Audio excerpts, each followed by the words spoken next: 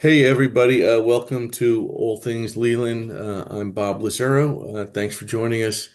A lot of history here in Brunswick County, and in particular, Brunswick Town is celebrating its 300th anniversary this year as a founding in southeastern North Carolina. And we're pleased to have with us Jim McKee, who is the site manager for Brunswick Town, Fort Anderson. Jim, thanks for joining us. Oh, thank you for having me. This is quite an honor.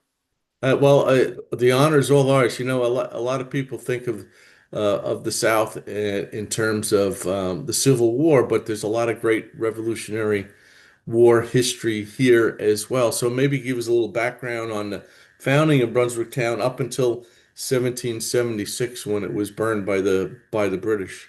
Okay, in a nutshell, Brunswick Town was established in 1726 as a world-class port, and it's where everything begins on the Cape Fear. It predates Wilmington.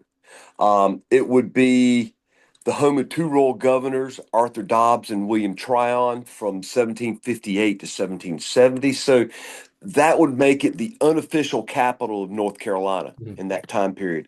There was no official capital until Tryon moves to New Bern in 1770. The town would be attacked and captured by Spanish privateers during King George's War in September of 1748.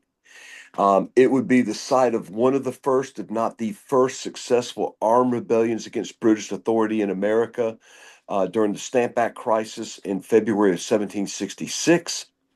And it would be essentially abandoned starting on February 14th, 1776, on the eve of the first British invasion of the South, which would be the Southern Expedition. And that's interesting. A lot of people think about the stamp back in the Boston Tea Party, but actually North Carolina was well ahead of them. In many ways, it was. In September of 1765, right before the Stamp Act was to go into effect, um, several colonies, I think nine colonies, um, attended what was called a Stamp Act Congress. North Carolina did not send representatives because on the eve of that, Tryon had banned the General Assembly, so they were not able to vote for members to attend that conference. But it's still North Carolina was deeply affected by the Stamp Act. Really, the events going from October to January of 1765-66, a lot of protests, just like what's going on in the rest of the colonies. But it all comes to a head February 19th through the 21st of 1766, when upwards of 850 armed men march on Brunswick. And these are men from Wilmington, New Hanover County, um, Brunswick County, and Bladen County, and some of the surrounding areas. They march on Brunswick, surround the governor's house, basically put him under house arrest. Mm. And if you bear arms against the governor, you're actually bearing arms against the king, and that's high treason. And they got away with it. Now, what happened here? Did that um, cause the Stamp Act to be repealed by Parliament? No, but it was one of the events. It was one of the things that led to it. So essentially, when you walk the grounds of Brunswick Town and you're focusing on that Stamp Act era, you're walking on the ground where the seeds of revolution are planted. That's it's fascinating. Again, a lot of people don't think about North Carolina and Revolutionary War history that way. I mean, you have said that Brunswick Town was a world-class port.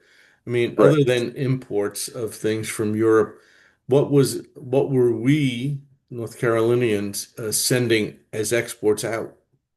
So it's a world-class port only in what's being shipped out. So when we say a world-class port, by the 1760s, Brunswick ranks as the 14th busiest port in North America and the West Indies, and that's out of 44 ports, which it makes it sound like it's on the scale of Boston and New York and Philadelphia, all those. No, no, it never was a competing port.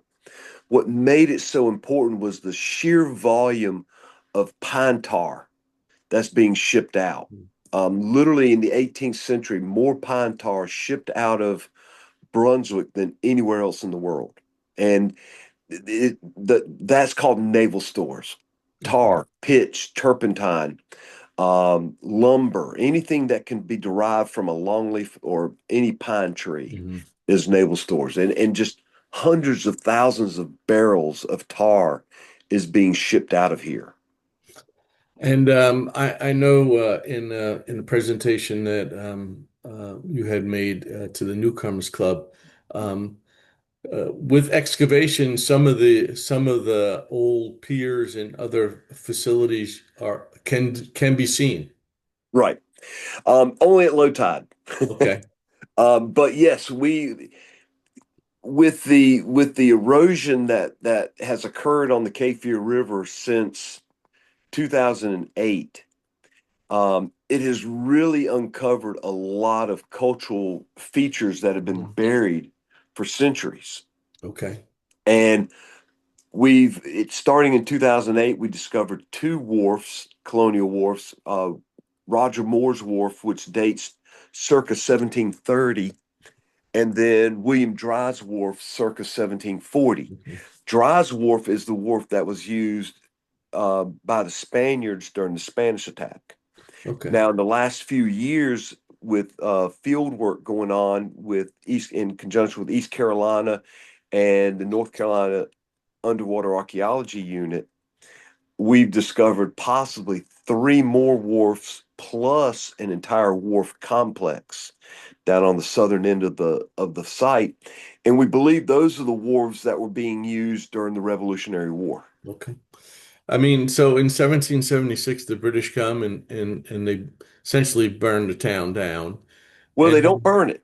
okay, That's the they big abandon it. yeah, the biggest misconception of Brunswick is that it was burned in 1776. It was not. Okay. I've found evidence that says no, it was not burned in 76. Probably 1781 Okay. during the second occupation by the British. Okay. So it burns one way or the other and is Right. abandoned. Then it has a new life as Fort Anderson. When did that start, Jim? So after the Revolutionary War and after the southern half of the town is burned, the port facilities at Brunswick are still used. So it remains a port for another roughly 50 years, up until the late 1720s, early 1730s. Then it's abandoned again. And the 360 acres that was Brunswick is taken over by the state of North Carolina. And in 1742, the property was sold to Dr. Frederick Hill, who owned Orton Plantation at the time, for a whopping $4.25. Mm, That's not an acre. That's lock, stock, and barrel. Yeah, that's okay. pennies on the acre. Then in 1861, when the late unpleasantness broke out, which is what we call the Civil War down here, um, it was decided that it'd be a good location for some defenses. So they built a couple of masked batteries. Then in 1862, Confederate engineers began construction of what will become Fort St. Philip and Okay. would later be renamed Fort Anderson. Okay. Um, and Fort Anderson, when it's completed, will cover about a mile and a quarter to a mile and a half of military frontage. And it would become the template that would become Fort Fisher. Okay. So the engineers that were building Fort Anderson did such a good job, they were sent across the river Okay. to build Fort Fisher. And Anderson was basically a link in the chain of forts constructed on the river to defend Wilmington. But its primary purpose was to serve as the main quarantine station for blockade runners operating in the Cape Fear. So, literally, when you think about the blockade runners that are operating in the Cape Fear, they're not going up to Wilmington. Most of them are only coming to Brunswick or coming to Fort Anderson, Mhm. offloading, reloading, refueling, and back out. Okay. And so, a lot of great Revolutionary War history, Civil War history. Mhm. 300th birthday is this year. What kind of events are you all having to commemorate that, and also events over the year? So for the for the 300th, everything's going to start off in June. Okay, On June 13th, we're doing a program called A Tapestry of Time, The Many Perspectives of Brunswick. And that'll be an evening program, 7:30 to 9:30. And it's a chance to look at Brunswick through a different lens.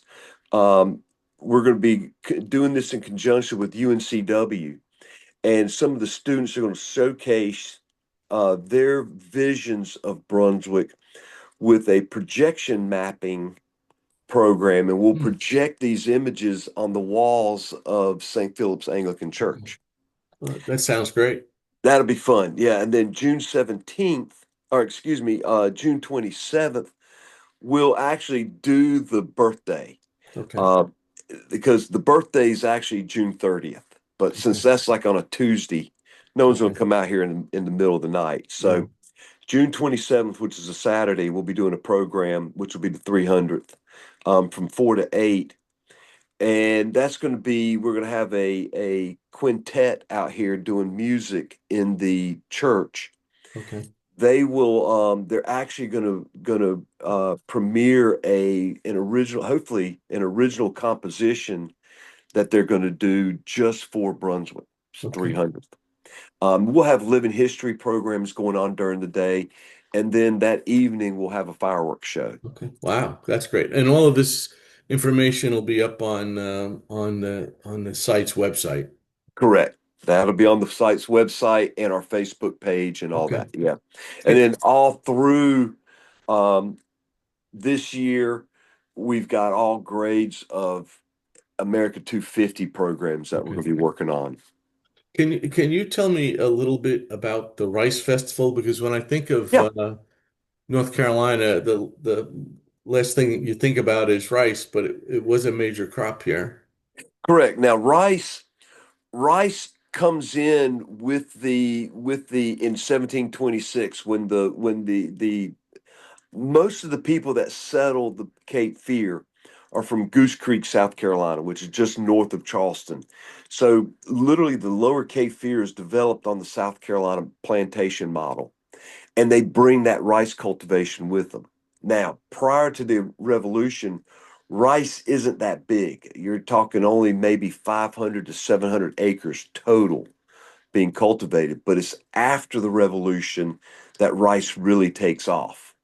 And you're looking at by the outbreak of the Civil War, you're looking at 1 million pounds of rice being produced. Okay. But rice stays a staple in the Cape Fear up until the 1930s, Okay. when saltwater intrusion Okay. destroys the rice lands. But to celebrate that, um,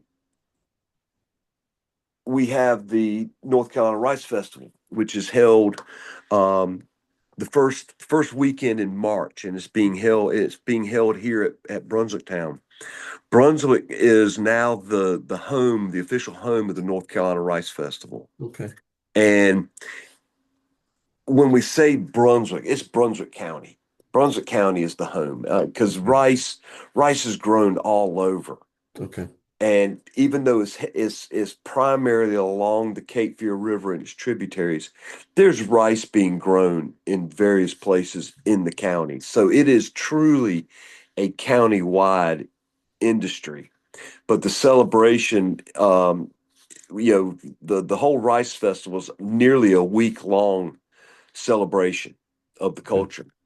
And we have events in Leland, um, Navassa, and then, like I said, on that Saturday, which is March 7th, we have the actual festival here at Okay. Brunswick. And if visitors want to come to Brunswick Town, Fort Anderson, um, hours and days of operation or what? We are Tuesday through Saturday, 9 to 5, Okay. and we are dog friendly. We have 3/4 of a mile paved walkway, and then we have a little about a mile. Right now, we have about a mile of nature trails people Okay. can walk. And Super. yeah, if you've got little dogs, all dogs need to be leashed, but little dogs, you need to keep a tight rein on them because of we have some alligators and we have lots of birds of prey that Okay. would, yeah, but yeah, and that's like anywhere around here when you're walking your dog. But yeah, we are very dog friendly, and Okay. yeah, we've got That exhibit that hall and all that's that. that's good advice. You don't want to lose Fido to an animal of prey, that's for sure. Yeah, Hey, I want to say thank you for spending time with us today. my pleasure. We will share the website. I encourage folks to visit. There's a lot to see. And Jim, thank you for joining us. You're so welcome. Thank you. Anytime you want me back, I'm available. I'll find you.